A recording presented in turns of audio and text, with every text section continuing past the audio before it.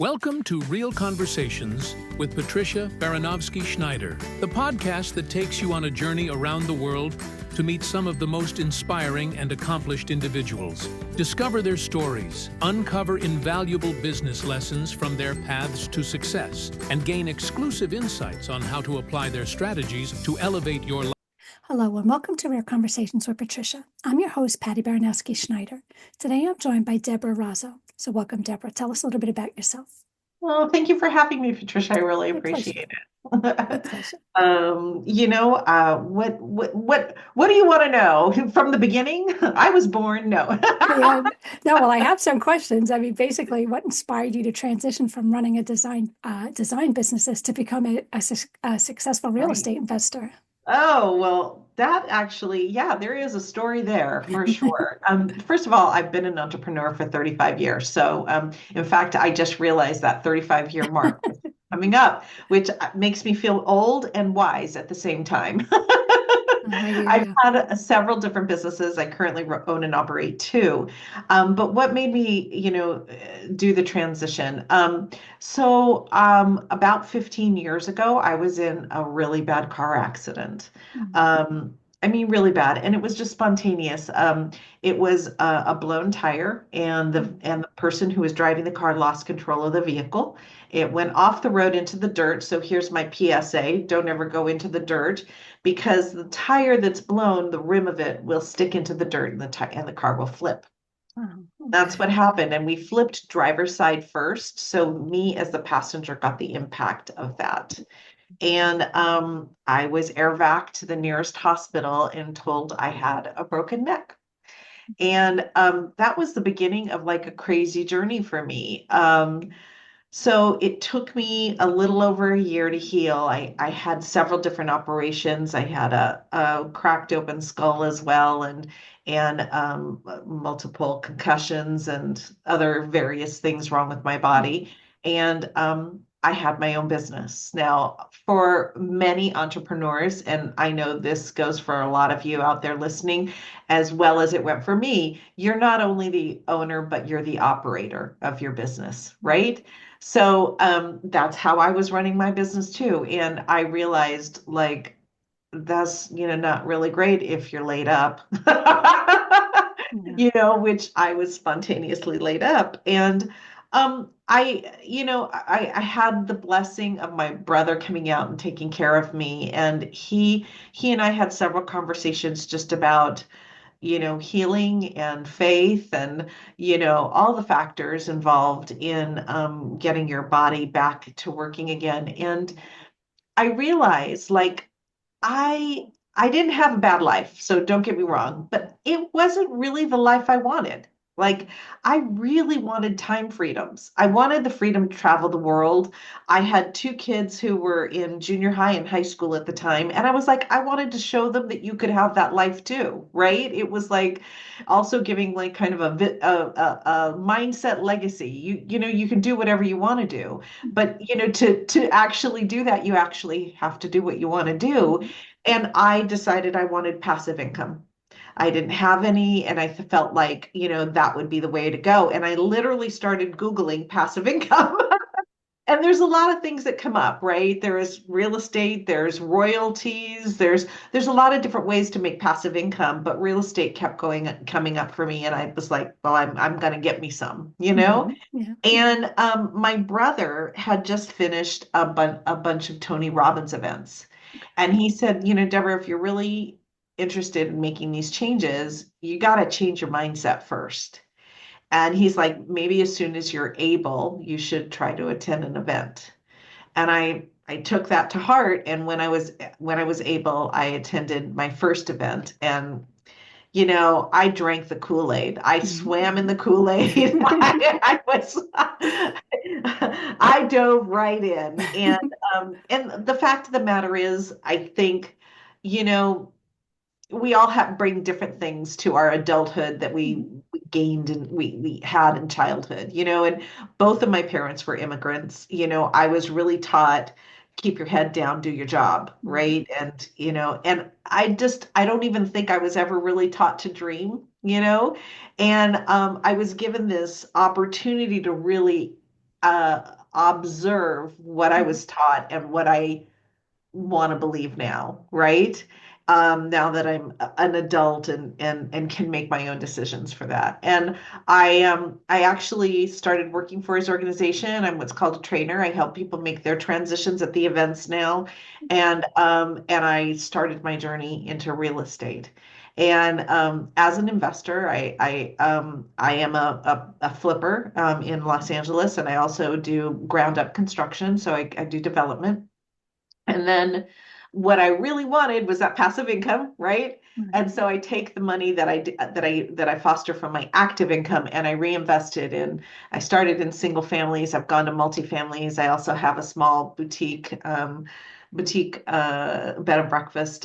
So it's been an adventure. And the really fabulous thing about it is that I kind of chose it out of Googling something, but I love it. Right? Like, and so my time doing it goes really fast because I really love what I'm doing. I can spend all day on Zillow and Redfin. So any of you out there that spend your time on Zillow and Redfin, then look at the clock and go, oh my gosh, how long have I been here? No, but that's an You're a amazing budding real story. estate investor. Yeah. No, but I mean, not everybody finds that passion. So that's actually great. And I kind of had little similar story where I was in an accident and kind of knocked me out of commission for 4 years, and having on my own company, I get it, because like I always put 150% of myself into my business, and the person who kind of was stepping in sees it out of paycheck. So, business suffers. So no one knows what life's going to throw at you. So it's great that you have these other options now.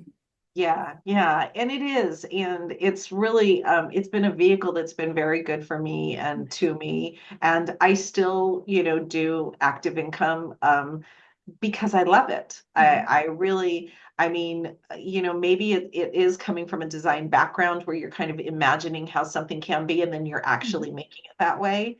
And I feel like when I'm flipping and developing homes, that's what I'm doing. I'm making these really cool places to live, and it's really fun for me. So I really like Nice. it. Yeah. And tell us, as the founder of Women's Real Estate Network, REN, what challenges and opportunities have you seen for women in real estate, and how does REN Wow. address them? Yeah.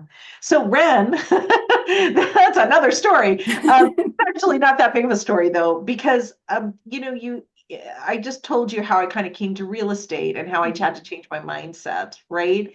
And Ren was actually the merging of those two things. Okay. It was the merging of the love for real estate and what it could do for you. It's an incredible wealth making vehicle. And it was also the merging of the potential of being able to see my mind open to different things that I never thought were available to me.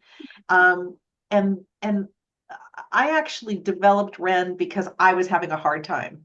I was having a hard time in LA. The big money had come into LA and started buying up a lot of what potential flips, which is what I was doing at the time.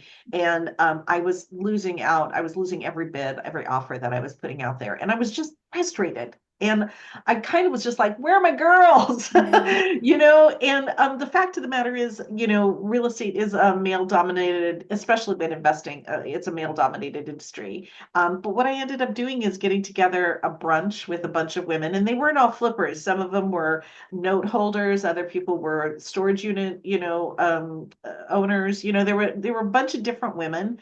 But what we ended up doing is we ended up just talking and connecting.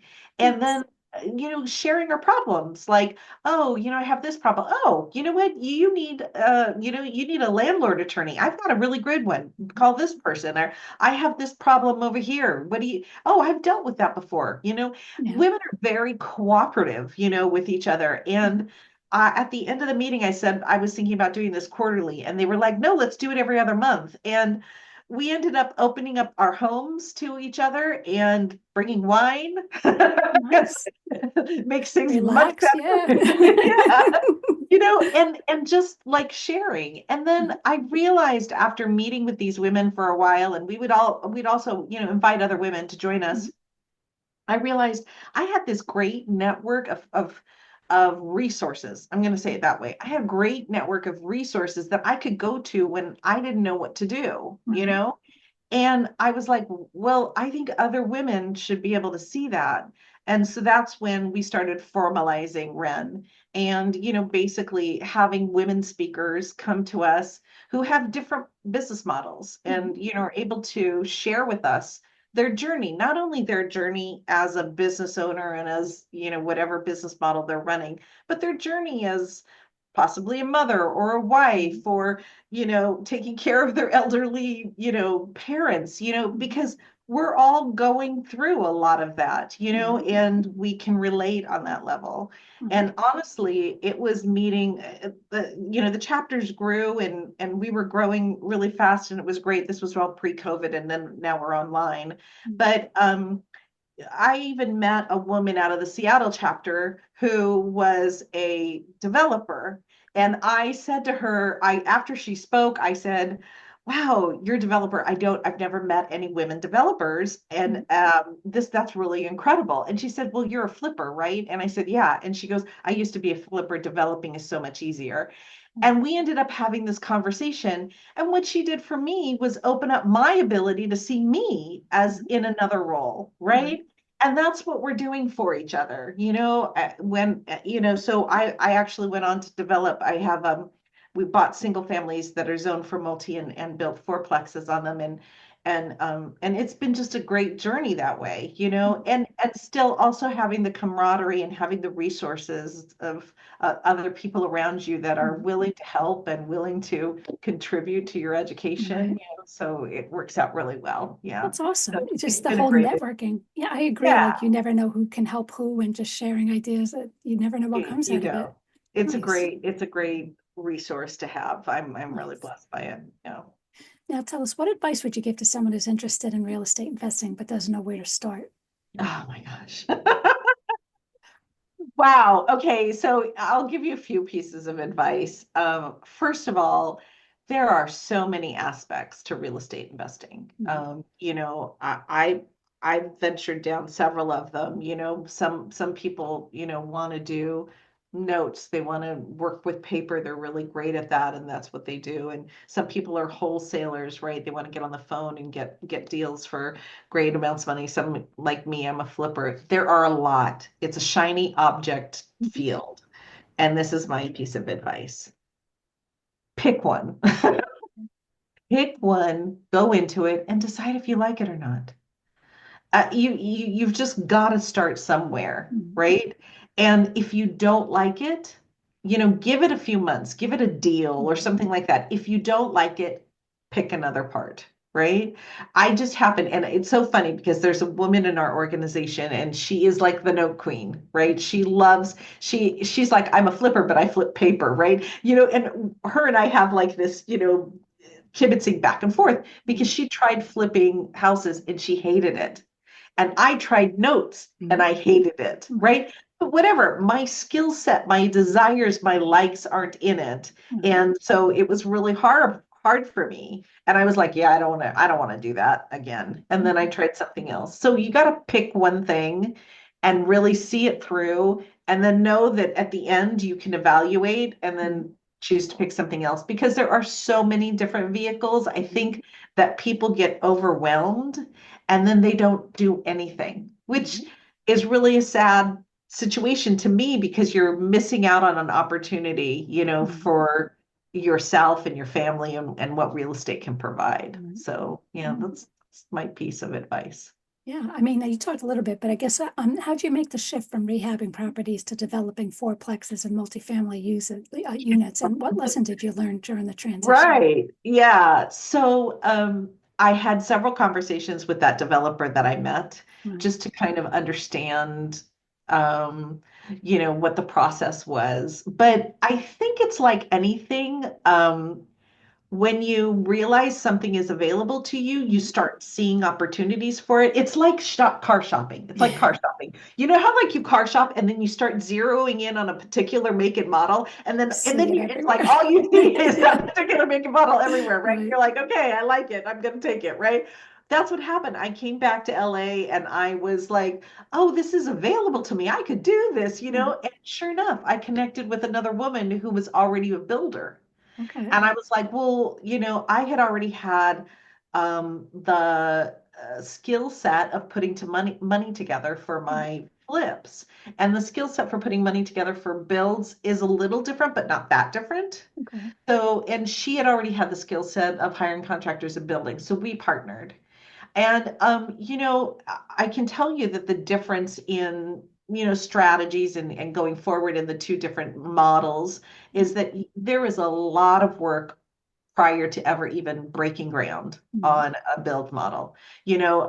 With the architects, making sure that you have all the blessings from your local city, whatever that is, making sure that you've picked a piece of property that is going to get blessings from the city, right? I mean, I work in Los Angeles, which is a really large area, but there are certain areas of Los Angeles I do not work in. And it's because their building and permitting department is very slow, very laborious. It's going to take so much time. So you really have to also do your pre-research, So there's a lot of prep work and pre-research to do before you actually even start building, which is really different than, say, a rehab. Like in a rehab, I'm demolishing day one, day two. Like I'm doing demo. I've already got somebody hired, by the time I close escrow, and time is money, and it's going to go fast for a rehab, So it's different that way. Right. But once you build up, and you're not inheriting a bunch of problems like you are with a rehab. Rehabs, you never know what you might get when you open a wall. Yeah. But that's where I guess having groups where you can bounce ideas off, because I wouldn't know where to go, where not to go, but knowing people in the area who could give advice, that's huge. Nice. Yeah, it's really a great resource. So Right. yeah, that works out really well. So yeah, it's a fun journey, Nice. Now you mentioned Tony Robbins. So as a Robbins trainer, what key insights have you gained that you that apply to real estate investing or personal growth? Wow. I think I can broadly say that being an entrepreneur is a journey in personal growth. I mean, the truth of the matter is that, it is all reflected, especially when when you're an entrepreneur, a solopreneur, what you're doing and what's happening is really a direct outcome of what you think your abilities are. And I think that, that's a huge piece of it. Becoming a trainer put me, in a particular group of people. I'm huge about coaching or about surrounding yourself with people that are where you're at or where you want to be, because it's really important to have people whose mindsets are around you that are, are not asking you, why can't you do this, that are asking you, how could you do this? Right.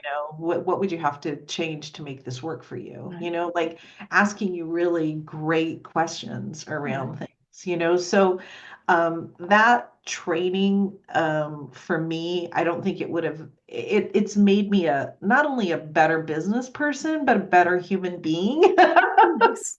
I think that, we all are faced, especially as entrepreneurs, with problems, and I jokingly say my phone doesn't ring unless there's a problem at the other end, but it's pretty much true, like if there's, if everybody's paying their rent on time and all my, rentals are going great, I don't hear from anybody. I don't get a call saying everybody paid, Deborah. No, I never hear that.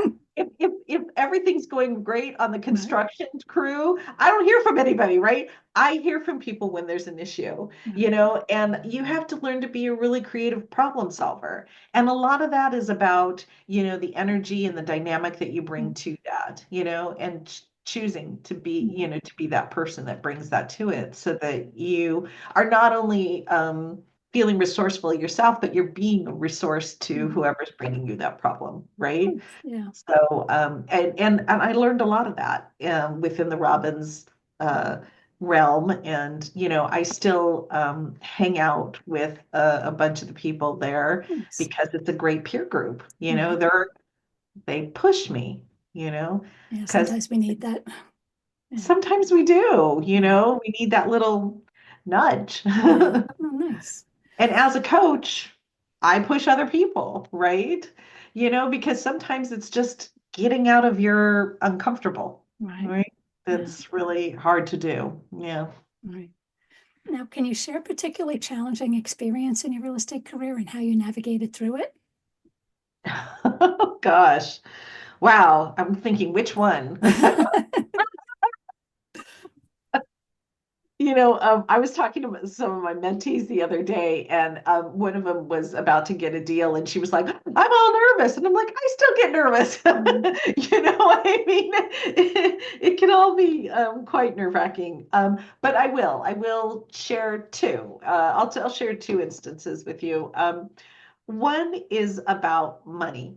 And the fact of the matter is, like, we all have money mindset, right? We all have our own particular money programs that are play in our heads. And I was actually making the transition from flipping to building. And there's a lot more zeros involved in building and construction and doing that. And I remember one night waking up in the middle of the night like, oh, is this going to work? And I had to get up and go check my spreadsheet and be like, okay, it's going to work. But what I really realized is that it was hitting an internal thermometer. It was hitting this internal red flag to me. Oh my gosh, oh my gosh, like there's too many zeros there, like whatever it was. And realizing, why am I doubting this when I've run the numbers so many times and I know it's going to work? And but just having that awareness and being able to talk that through with somebody and go, oh wait, I have got this. This is going to be okay. This is going to work. These numbers are true, and I've verified them however many ways. So, but being aware that that wasn't a real factor. It was my internal factor going off, right? And I think we all address that. We have our smaller selves that go, danger, danger, beware. But that's, I guess we have to, just. Yeah, that's how we're built, right? But we also have a higher self that can go, oh, okay, you're right. I should be cautious of this. I'm going to check this out again. Or, if there's a fire, sure, I should leave. But there's also a higher self that goes, no, it's going to be okay. I see how this is going to work, and I verified it, and we can fix things. So yeah, so I think that was a really good time for me to really realize, like, oh, I've got these internal thoughts that are keeping me smaller than I need to be. Yeah. So I think that was a really good eye opener for me. And recently I've had a particularly hairy adventure with a flip. There were some things that we purchased the property, and there were some things wrong with the property that we didn't find in the inspection. So, and I'm doing the flip with a young mentee of mine, and she calls me very panicky, and I'm like, okay, it's okay, we'll fix it, we'll figure it out, and I realized, like, even though there are challenges out there, and I'm sure there's still more challenges that I'm going to see on the horizon, I think, I have the wherewithal to work it through, and so, it doesn't matter, like what you face.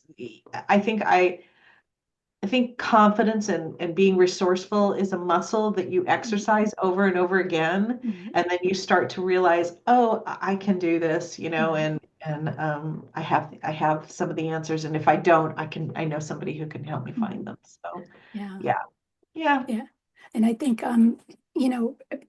like you say, basically having that resource where you can bounce ideas off of, because life just throws challenges at us constantly. That's just part of life, So if you're afraid to take chances, maybe it's not the right business. But if you're in it, not being like, you don't want to spend every night, not sleeping because you're, have people to bounce ideas off of. And I think, whether you work for somebody else or whether you're an entrepreneur, there are opportunities for growth in all of that. And you guys, you have to decide if you're willing to step out of your uncomfortable and do that or not, Yeah. Now, how do you see the real estate market evolving in the next 5 years? And like, what trends should investors pay attention to? Oh, wow. Wow, that's really hard. I actually follow a lot of economists to look at that. Because I'm acutely aware of like trends locally. And I think if you're interested in real estate investing, you really need to look at where you're investing and what those trends are. Mhm. Because I invest outside of California. I also stay on top of the cities that I am invested in because things can change in those cities, Right. really quickly. I know a lot of people who have, invested in short-term rentals, through Airbnb and VRBO, and a city can change their policies on that in a second, and then you're out of business, right? Mhm. So you have to be really conscious of staying informed of your local markets, Right. whatever market it is you're investing in, and whatever your local market is, because that's really where you're going to see a lot of trends. I mean, unfortunately for us in LA, we've just had massive amounts of fires. Mhm. So our city is going through a little bit of a mourning and a regathering process, Mhm. right now. I'm really unsure of how things are going to pan out. We've lost tremendous amount of homes, Mhm. and I heard there's a lot of builders that are actually going to come into the area to help rebuild that. But yeah, my advice is stay Mhm. local with your trends, Yeah. and then also look at the national economists, Right. because they'll show you where interest rates are going and all that kind of stuff. So Mhm. it's really important to stay on top of that. But Now, yeah, I'm not. educate, educate, educate. Yeah. Now, I'm not like a real estate investor, but I know like with the stock market, they go up, they go down. It's just that's just how it is. I believe real estate is kind of similar. So just because the market's going down doesn't necessarily mean it's a bad thing. It's, I guess historically it's kind of like the stock market. It goes up, down, you Yeah, buy it and is time. historically like the stock market. You do have ups and downs, but real estate is a less tangible asset. It takes a longer time to release real estate into a Right. market. It takes a little longer time to get real estate out of a market. So you're not going to see the wild Mhm. fluctuations that you just see in the stock market, or say Bitcoin or whatever you're investing in. And your fluctuations might be a little slower unless there's a crash, that's Right. happening. But you know, those are really hard to predict, But I either guess way. if it's down, people shouldn't just panic because it will eventually come back up, right? Yeah, yeah, really, Mhm. depending on where you're at. Yes, once again, that's local. If you've Yeah. lost a good, supplier of jobs in an area, that's going Mhm. to be harder to replace than, a larger area that, maybe it has, several different types of employers. Right. So I usually keep to primary and secondary markets for my Okay. investing. But I know people who make great livings, investing in secondary and tertiary markets. But once again, they have to really know the local market, Right. what's going on there, the local permitting, the local, employers, and make sure that you've got what you need out of that market to be able to sustain rentals or sustain Mm. new projects. Yeah. That makes sense. Yeah. Now, what advice would you give to women who are hesitant to enter a traditionally male-dominated field of real estate investing? Find some girls and do it with girls. Yes, REN. Yeah, I used to speak a lot on, how we are naturally, we have a lot of natural traits, women, that are really great for real estate investing. One of them is we're pretty good shoppers. Like I know women who like want something, but they are gonna like kind of stalk it until it goes on sale, and then they're gonna grab it. I know a lot of women like that. We're all pretty good at that. Right. And that's what real estate investing is. We're gonna but it's just a different level of investment, right? So we're gonna stock an area until we see something on the market that's below value that we can go, oh, now it's time to buy, right? Right. And to really go in. What I've found with women is there's a hesitation because of the size of the investment to go in and purchase it right away. We're a little slower in the decision-making process because of the amount of money that we're putting on the line. But that's becoming easier and easier as, more women enter the fields and more women are willing to show other women how to, invest. But education is key. There's a lot of different ways to educate out there and take advantage of them. And, there's a lot of free education on YouTube and, I really, education and networking is really what real estate's all about. So those two things should get you far. Nice. Well, that's why I'm glad that you did this program because, most people, might be hesitant to venture into something, but now, there's a support group out there willing to take you on board and help you along the way. Yeah, absolutely. And women who are like you are probably in the group, right? Yeah. Whether you're single or whether you're married or whatever your situation is, Right. there's probably a woman in the group that's like it. Yeah. Now, Whether anything you're else you old want to? like me. You're not old. Just getting started, right? Thanks. I appreciate that. Anything else you want to talk about that we didn't already touch on? Wow, you've touched on so much. I hope to. Yeah, I do. Actually, one of the other things I want to talk about is about entrepreneurship. I mean, you're obviously an entrepreneur, Patricia. Like, how did you get into starting your business and, Mine was a little tricky because I'm one of these people that work for a company until you kick me out. I'm comfortable. I don't want to go. So I stayed at one company for 16 years. They were closing their company. I wound up moving to another company. Every client I had followed me there. I stayed there for 6 years. Then they were selling the company. And I'm like, now I got to move again. Every client followed me.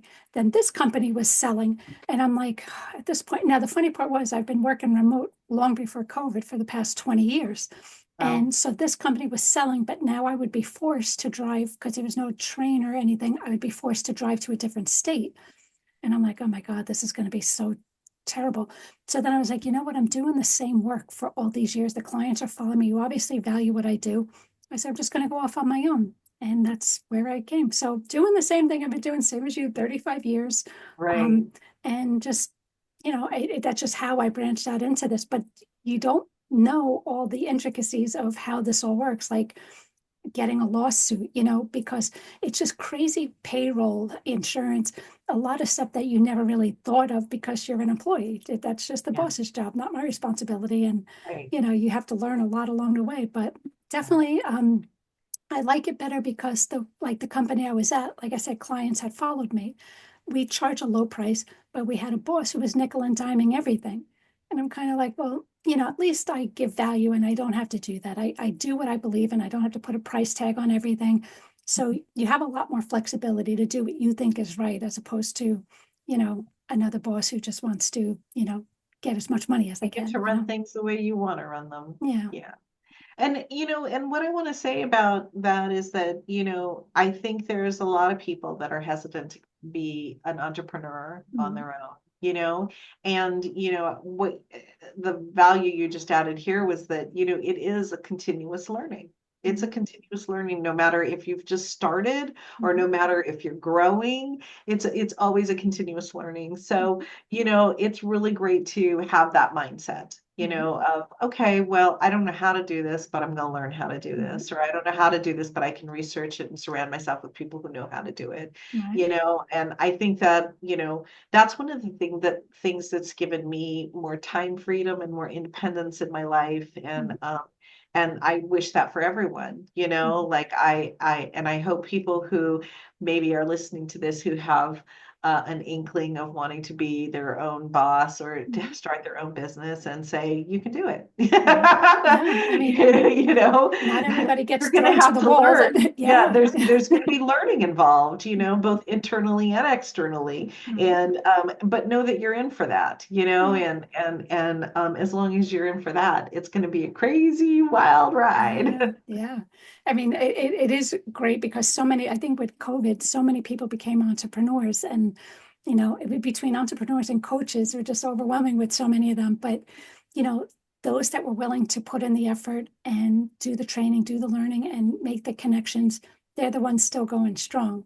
And a lot of other Right. people just thought it was a quick fix and that's it, and I'll be my own boss and everybody will come running to me. But who are you? Yeah, Nobody, it's not a hobby, right? It's yeah, not a hobby, it's a right, business. And you need to treat it as such, with such respect. But right, if you do that and you move yourself forward, I think it works really well. So yeah. yeah.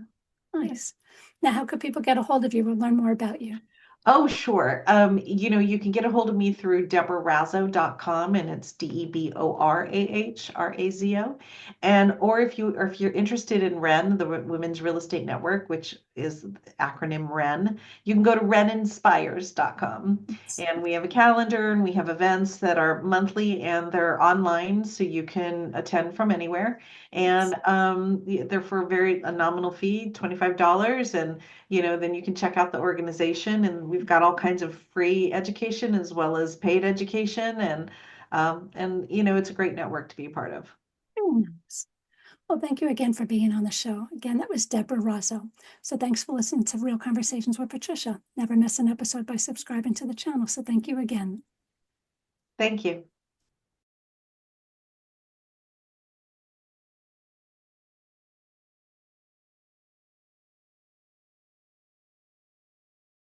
Thank you for listening to Real Conversations with Patricia, talking with some of the most brilliant minds on their journey to success and their recommended strategies. Please leave your feedback and visit pristineadvisors.com to get the latest and greatest business advisement on the planet. Feel free to let me know your thoughts, suggestions, and anything else you'd like me to cover. Together, we can make success happen for all.